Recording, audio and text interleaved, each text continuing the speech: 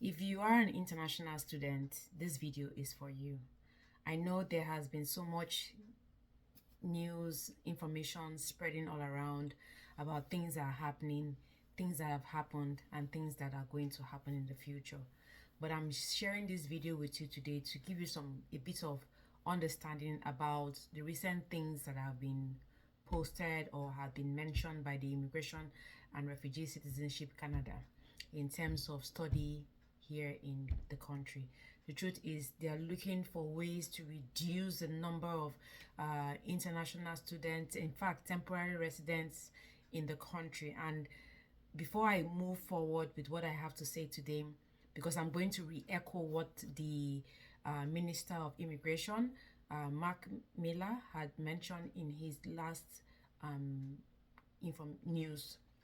So if you're an international student and you're in Canada right now, today's date is October the 3rd, 2024, I want you to know that you are only allowed to work 20 hours a week. The law for increasing that time to 24 hours has not taken effect yet. Now, this is what the government of Canada says in terms of that. It says international students are now back to working 20 hours per week, as the new limit of the 24 hours will be fully implemented later. I will provide an update once the 24 hours regulation comes into effect. Until then, working more than 20 hours per week is a violation of the conditions of your study permits, and those who infringe the conditions may face enforcement actions. So if you know anybody who is an international student, or if you're an international student and you're watching this video, please know that you cannot work more than 20 hours a week as of now. Once the information has changed, once the law has been put into effect, I will make a video to inform you about that, even if it's not going to be a long video, but I will give you an update of what the immigration minister has mentioned in regards to this. Now, in terms of what is going on, I'm going to break down the announcement that was made by our immigration minister. Now, there were, I believe it was about 6. So this is how it goes. It says, first and foremost, they're going to reduce the target on study permits issued by 10% for the year 2025 and 2026. So that means that they are going to approve applications up to about 437,000 in both 2025 and 2026. So the cap is now there for the amount of applications they are going to approve, which is 437,000. Once they reach that mark, they're going to stop. Second, they say that starting in 2025, masters and doctoral students will be counted as part of that cap. Then, as of November 1, 2024, they're going to institute a new language proficiency requirement for postgraduate work permit. That is, for you to obtain a postgraduate work permit, you need to complete an English test. Now, if you are a university graduate, it's CLB level 7. If you are a college graduate, it's CLB level 5.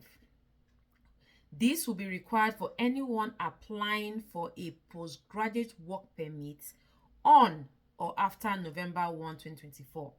I know I made this video and I posted it on TikTok.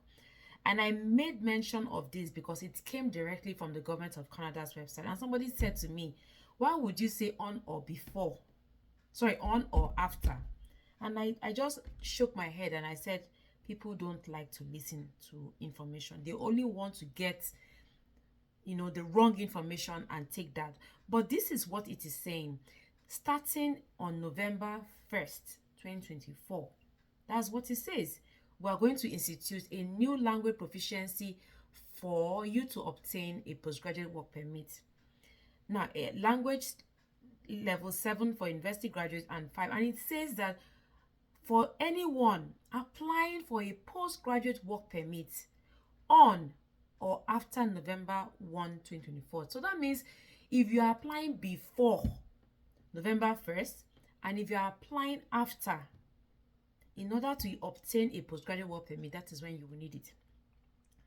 Now, the second one is that for prospective students applying on or after November 1, postgraduate work permit eligibility will depend on the level of study graduates from bachelor's, from master's and doctoral programs will remain eligible for a work permit for up to 3 years. I will say that again. For prospective students who are in Canada now and are applying on November 1st or after November 1st, 2024 for a postgraduate work permit, they will be eligible for a work permit for up to 3 years if they are graduates, bachelor's, master's, and doctoral degree programs. You understand that? I don't see anywhere where it says colleges, but I'm getting to that.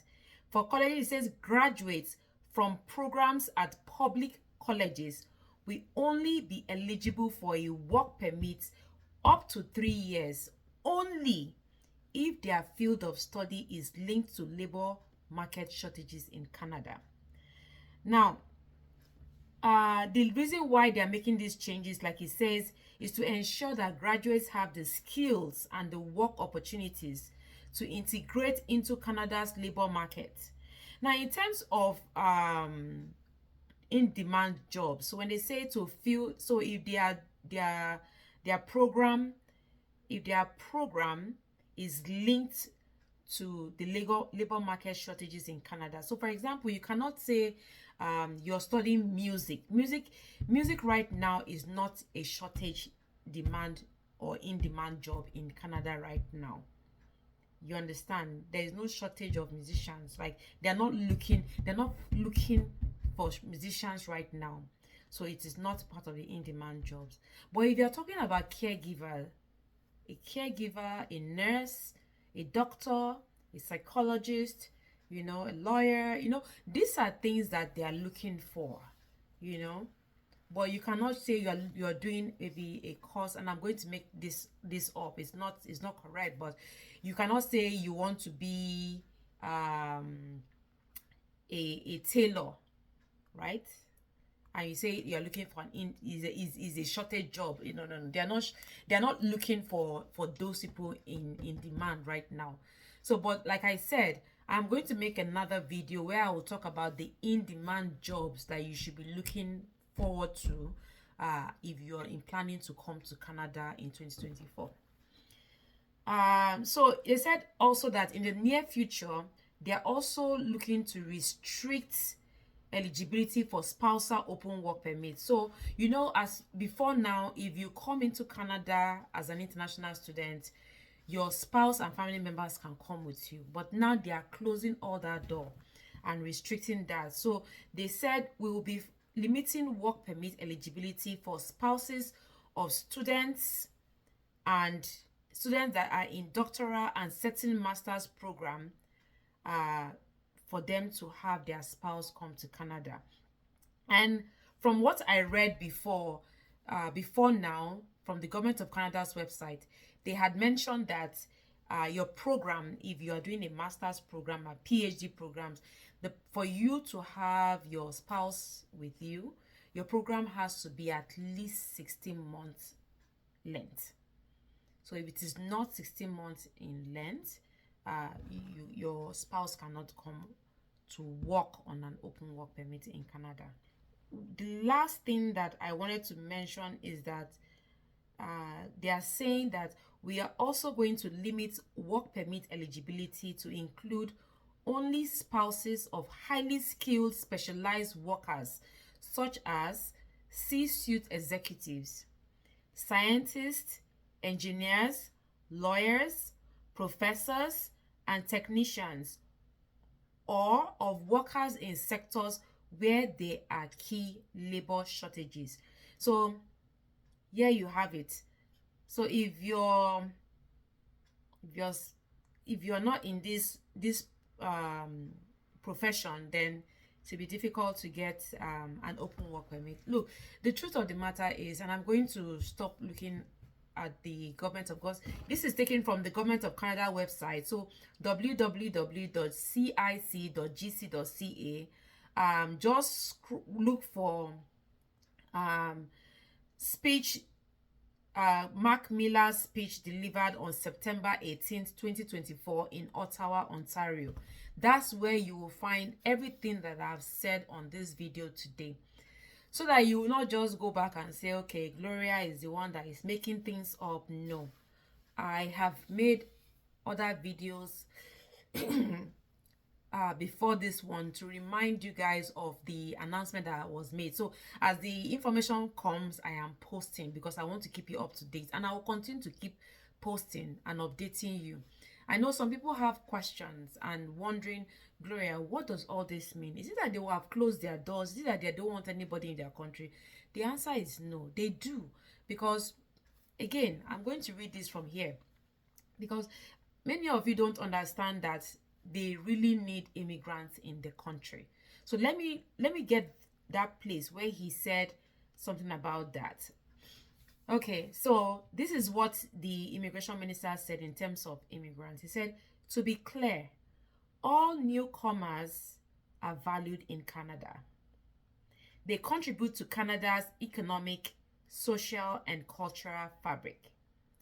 Our economic future depends on those we bring to Canada. But the reason behind all the changes in rules of immigration is we also need to recognize that this can impact communities, such as increases in unemployment amongst youths and newcomers. So guys, you see it. So there's a lot of things that are happening in Canada right now. There's unemployment. The unemployment rate is going up. To find jobs now, I'm telling you, it's very difficult. A lot of people who I know that have been in jobs for like 3, 4, 5 years, some of them have been laid off because some companies are, going down, and as they are going down, they can't pay you, so they have to let you go. I know of friends who have been here for more than 5 years and they are still looking for a job. I know of somebody who has finished school over a year ago and still looking for a job. So to tell you that the reasons why they are making all these changes is because they see what is happening. And don't get me wrong, Canada, like any other country, is going through a lot. If you see the prices of food in the market, groceries are not cheap. There's what we call shrinkflation, and shrinkflation means that what you buy, maybe before now you buy something of 1 kilogram and the price is maybe $7. Now the weight of that thing is no longer 1 kg, but the price is more. The price is higher. It's called shrinkflation. When you are getting low weight, but you are paying so much to get it. So things are happening. People are spending so much money to get the necessary things that they need for life. Rent is going up. Rent is not cheap anymore in Canada. And it's a struggle to live day by day. A lot of families are complaining. So you see, it's not that, like I say to anybody who cares to listen to me, Canada is not heaven. It is not the end of it. If Canada is not okay for you, there are many other countries that you can try. I'm not going to tell you all those countries, but you can also do your Google search. Do your search, research well about the countries, and try to see if you can apply to them also. Do not drop all your eggs, 24 eggs, into one basket and think that, yes, I'm going to put on my head and die here. No, you can also try other places and see what works best for you. I am making this video to also encourage those of you who are also new to the country, especially those who will be resuming for the winter session in January. I know that a lot is happening right now, but don't worry. Close your ears to the noise around you and tell yourself that your own story is going to be different. And that is the truth, because what might work for A might not work for B. When they are saying this is this and that, maybe in your own time when you come, the rules will change and it will favor you. You never know. But for those of you who are already in the country right now, I'm just saying, do what is right. Do what you know is right. And please take this advice from me. Don't be an international student for 1 year and decide that you don't have money to take care of yourself, or your study is for 1 year. After 6 months, you cannot make up payment for your tuition, and then you stop school. Please don't even dream of it, and don't even dream of going to seek asylum or chop aduro.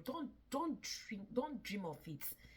If it is something that somebody has advised you about, please discharge it. Abort mission, because it's not going to do you good. I know people who came to this country, they schooled, they went to work, then after because they could no longer cope, they went to chop aduro, and at the end of the day, that thing did not work out well for them because they were asked to leave the country. So I'm not saying it's going to happen to you, but all I'm saying is think twice before you make any decision that is going to haunt you at the end of the day. Because Canada does not forget. Canada doesn't forget. It might take 10 years, it might take 15, 16, 20 years even. And then they'll bring out your case again. If you are running because your country is at war, it's understandable. But if you are running because of a different reason, they are going to investigate.